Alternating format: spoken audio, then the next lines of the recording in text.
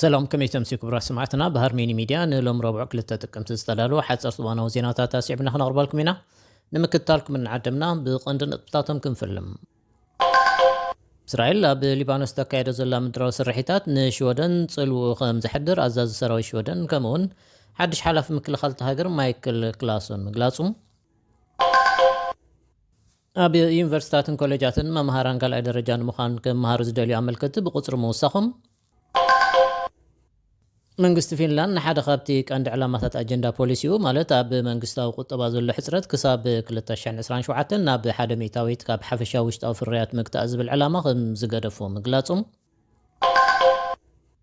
ከምኡውን ጆ ባይደን ካብ ፕሬዚደንታዊ ምርጫ ንገዛእ ርእሱ መላዩ ቅኑዕ ውሳነ ክትብል ሂላሪ ክሊንተን ቢቢሲ ምግላፃን ካልኦትን ዜናታት ሒዝናልኩም ቀሪብና ኣለና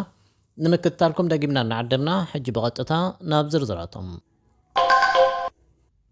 إسرائيل بلبنان تكايد زلا مدرو سرحيتات نشودن صلو خم زحدر أزاز سراوي شودن كمون حدش حلاف مكل خالته هاجر مايكل كلاسون قليتهم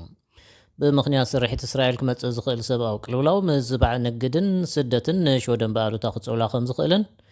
كلاسونا تحساسي بلهم شودن أما كلام بعض زلم عبالتات بقربات عزبن بقصالي تقمقمون كم زلا حلاف مكل خالته هاجر وسيخو ملكيت اللهم بخال زينا بوحدو نزحالف خلط عامتات بتكال سرح بيلوم كم نتسا كونتراكترات تقصيرهم سرح سرحتنياتات قبلو مجميرهم قوام مسرح كوها بميتبهايلو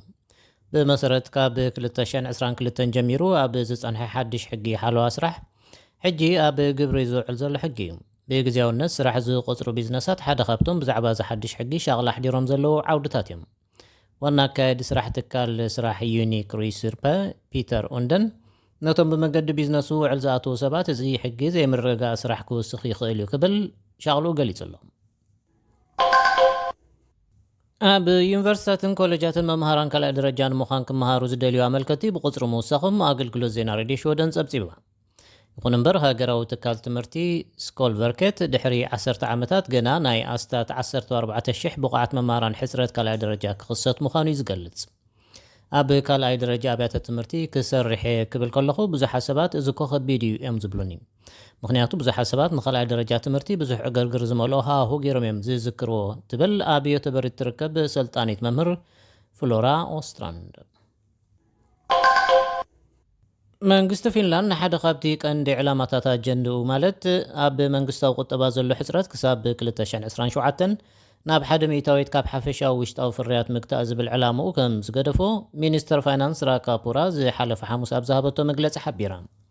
ፑራ ነዚ መግለፂ ዝሃበት ብቤት ምኽሪ ንግዲ ፊንላንድ ኣብ ዝተኣንገደ ናይ ግብሪ ሰሚናር ምዃኑ ዋይኤልኢ ፀብፂቡሎም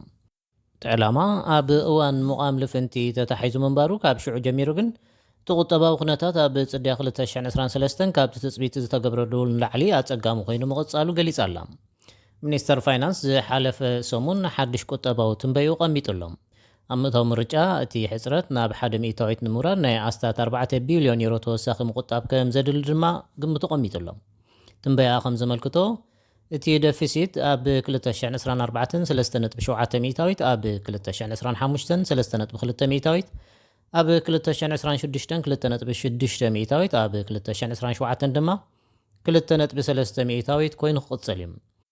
ብኻልእ ዜና ኣስታት 20 ተማሃሮ ኣካዳምያዊ ገስጋሶም ትሕት ስለ ዝብል ገንዘባዊ ምወላ ንምርካብ ዘደሊ ዝወሓደ ረቑሒታት ዘየማልኡ ምዃኖም ብምምልካት ተወሳኺ ሓበሬታ ንምርካብ ብሃገራዊ ትካል ማሕበራዊ መድሕን ፊንላንድ ኬላ ሕቶ ቀሪቡ تم حطتات نعمة تمرتي 2023-24 ناب أستات 5600 تمهروا لعلواي كالاي درجان 14600 تمهروا لعلواي درجان تلاقيهم علوم أبزوان جنزبا حجز كابز رخبو 278 تمهروا تم 700 راح كسكاسهم نمنتاي كندت تزدل أي كده نابزل المبره كبو يحتت اللوم كاب زينات هاجرات نورديكيوت أنا حجز اللوز أجامعي مع كل منجست نروي تفتاونتو غم قدمو زي مخانو كمون هزباو ريتو ناوارحنا بيمناويات حساسبا مززاو يرمهلاو يقلص علوم حدش مصنعتي كم زملكتو نرويجاوين بحفشا ابكندي ابز سنه حساب زياده نواتاون قبراون بوليسيتات زدقفونا خونو يخدلو كاب زخون اوان العلى عقباوያን يخونو مهلاومون تملكيتم ازي نورش مونيترز تبهال مصنعتي مختم تنايتي اب 1985 زجمره تخطاتالي مصنعتي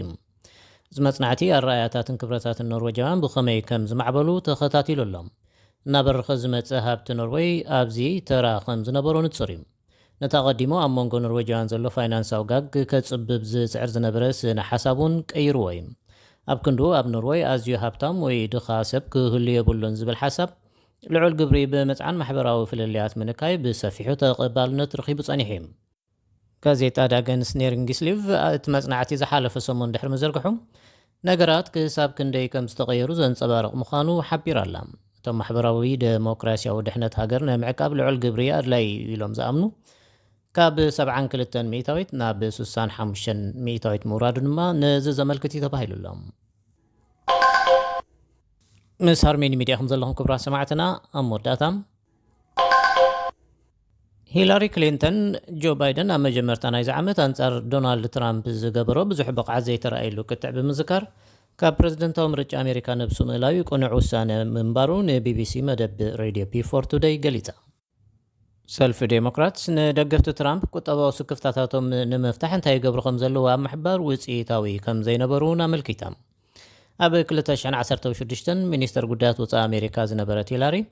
ሰብ ብዘይተጸበዮ መንገዲ ብትራምፕ ተሳዒራ። ሕጂ ትራምፕ ሕዳር ኣብ ዝሳለጥ ምርጫ ምስ ሕፅይቲ ዴሞክራትስ ካሚላ ሃሪስ ክወዳደር እዩ። እዚ ምርጫታት ኣዝዩ ብርቱዕ ውድድር ዝረኣየሉ ምዃኑ እዩ ዝሕበር ዘሎ። ንሳ ንጆ ባይደን እቲ ቅጥዕ ምክያዱ ሓደ ሰሙን ኣቐድማ ኣቢላ ከም ዝረኸበቶ ካብ ስልጣኑ ክወርድ ከም ዘለዎ ከዓ ከም እተሰማዕን ገሊጻ ኣላ። ብተወሳኺ ሂላሪ ኣብዚ ምርጫ መጻኢ ዴሞክራትስ ኣብ ሓደጋ ወዲቑ ከም ዘሎ ብምግላጽ ሃሪስ ንዶናልድ ትራምፕ ስዒራ ነቲ ኣብ ፖለቲካዊ ስርዓት ኣሜሪካ ወሪዱ ዘሎ ሓደጋ ክትሰብሮ ጸዊዓ ኣላ። ብኻልእ ዜና ኢራን ኣብ እስራኤል ኣብ ዝርከቡ ወሰንቲ ወታደራውን ጸጥታውን ዝበለቶም ዕላማታት ንምውቃዕ ብዙሓት ባሊስቲክ ሚሳይላት ድሕሪ ምትኳሳ ሰበስልጣን እስራኤል ምላሽ ክህቡ ምዃኖም ኣፈራሪሆም ኣለው።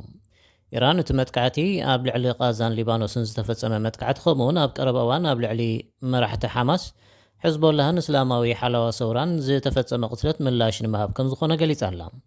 ሕዝቦላ ብወገኑ ኣብ ደቡባዊ ሊባኖስ ኣብ ጥቓ ከተማ ኣዳይስ ምስ ወታደራት እስራኤል ከም ዝተራጸመን ከቢድ ክሳራ ኣውሪዱ ንድሕሪት ክምለሱ ከም ዘገደዶምን ገሊጹሎም። ኣብ ቃዛ ኣብ ወርሒ ጥቅምቲ ኣትሒዙ ብዝካየድ ዘሎ ደብዳብ እስራኤል ብውሕዱ 41638 ሰባት ክሞቱን ከለዉ 94460 ድማ ምቑሳሎም ዝፍለጥ እዩ። እምበር ክቡራት ሰማዕትና ሎም ዝበልናዮም ዜናታት እዞም ክሳብ ሕጂ ክትከታተልዎም ጸናሕኩም እዮም። ምሳና ብምጽናሕኩም ኣዚና እናመስገና ብዝንሰናበተኩም ሰላም።